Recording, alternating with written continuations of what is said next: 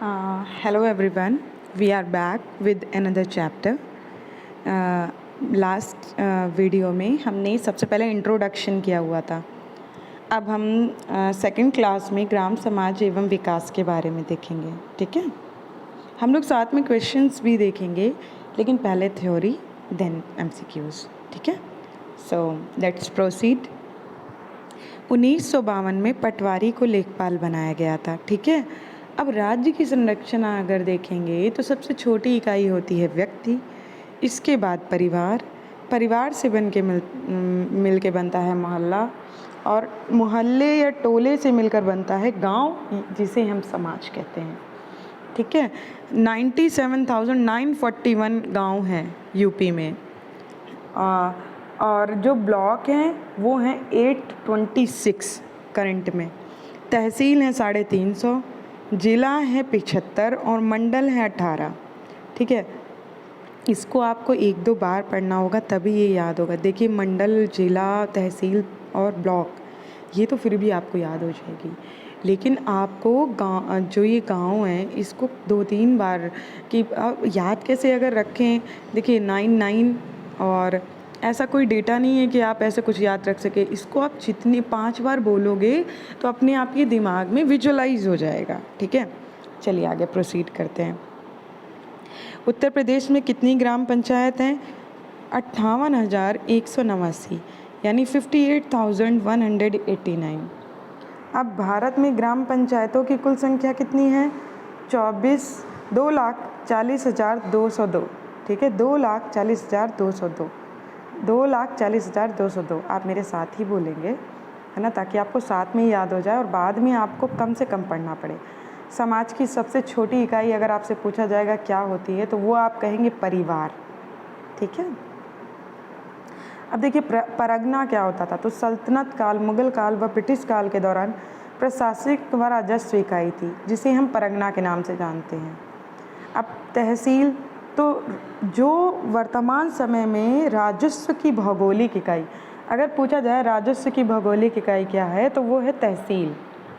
ठीक है, अगर प्रशासनिक व राजस्व इकाई पूछी जाए तो वो है परगना, और राजस्व की भौगोलिक इकाई पूछी जाए तो वो है तहसील. ब्लॉक क्या है? ग्रामीण विकास की भौगोलिक इकाई. यहाँ से ग्रामीण क्षेत्र की सभी योजनाओं का क्रियान्वयन होता है.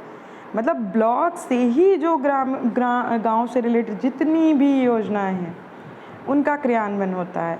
ठीक है, यहाँ पर जो मेन प्रशासनिक अधिकारी होता है उसे हम BDO के नाम से जानते हैं. अब हम पढ़ेंगे कि गांव के प्रकार. तो गांव 4 प्रकार के होते हैं. ठीक है, पहला गांव होता है कृषि कार्य वाला. तो जहाँ पर गांव में खेती होती है वो कृषि कार्य वाला गांव होता है. गैर कृषि वाला गांव वो होता है जहाँ पर खेती नहीं होती है. ठीक है, वहाँ पे शिल्पकार या कारीगर होते हैं. जैसे मान लीजिए आप अलीगढ़ को ही ले लीजिए, तो या फिर कोई भी ऐसी जगह ले लीजिए जहाँ पे कुछ फेमस हो, जैसे कालीन के लिए, है ना. तो वहाँ पे जो लोकल व्यक्ति हैं गांव समाज के, वो लोग उसी शिल्पकार या कारीगर पे कार्य करते हैं. ठीक है, उपनगरीय गांव मतलब जहाँ कृषि होती भी है और नहीं भी होती है. और जो ये उपनगरीय गांव होती है, इनकी सीमाएं नगरों से मिलती हैं. जैसे आप दिल्ली के आसपास जितने भी मतलब गांव देखेंगे तो वो उपनगरीय गांवों की श्रेणी में आते हैं. इनकी संस्कृति नगरों से मिलती हुई होती है. औद्योगिक गांव जो होते हैं जहाँ पर कोई बड़ा कारखाना इत्यादि होता है.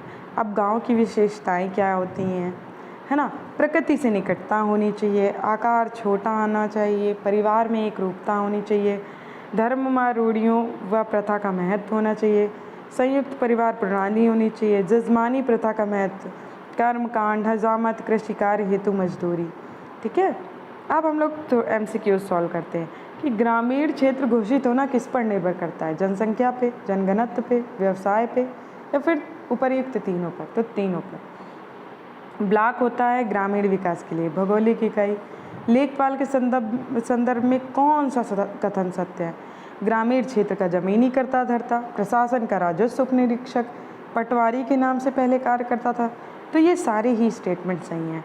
2011 की जनगणना के अनुसार भारत में कुल गांवों की संख्या कितनी है? 6,40,930. इसे तो रट लीजिए, 6,40,930.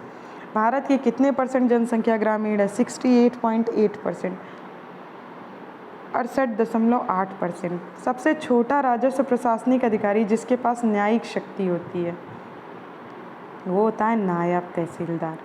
ठीक है। भारत में कुल कितनी ग्राम पंचायतें हैं? तो 2,40,202। गांव की घनी जनसंख्या न होने के कारण कृषक का सीधा संबंध किससे होता है? प्रकृति से। जिले के प्रशासन का शीर्षस्थ अधिकारी होता है कलेक्टर। ग्रामीण समाज की अधिकांश आवश्यकताएं किस पर निर्भर रहती है? कृषि और पशुपालन, है ना। ग्रामीण समाज किसका द्योतक है? सरलता का।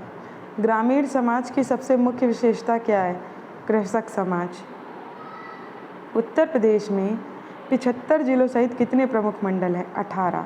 क्षेत्रफल की दृष्टि से उत्तर प्रदेश का भारत के राज्यों में कौन सा स्थान है? चौथा।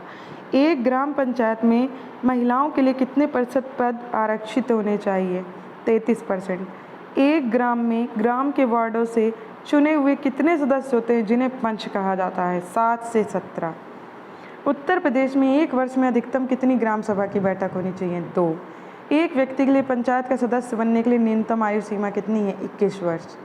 राजस्व परिषद का प्रशासनिक मुख्यालय कहाँ पर है? लखनऊ। राजस्व संबंधी विवाद निपटाने के लिए शीर्ष न्यायालय है राजस्व परिषद। भारत गांवों में निवास करता है, किसने कहा है? महात्मा गांधी जी ने। परगना क्या था? स्वतंत्रता पूर्व राजस्व इकट्ठा करने वाली प्रशासनिक इकाई। ठीक है। कौन सा गांव का प्रकार नहीं है? गैर व्यवसायी गांव। गांव की विशेषता नहीं है, प्रकृति से नज़दीकी, जीवन रूढ़िवादी सोच के लोग, जनमानी प्रथाएं प्रचलित। तो ये जितनी भी आपकी विशेषताएं ये सारी गांव की हैं। ठीक है। तो अब हम लोग अगले लेक्चर में करेंगे नेक्स्ट चैप्टर। तब तक के लिए थैंक यू सो मच। पढ़ते रहिए और जम के मेहनत कीजिए।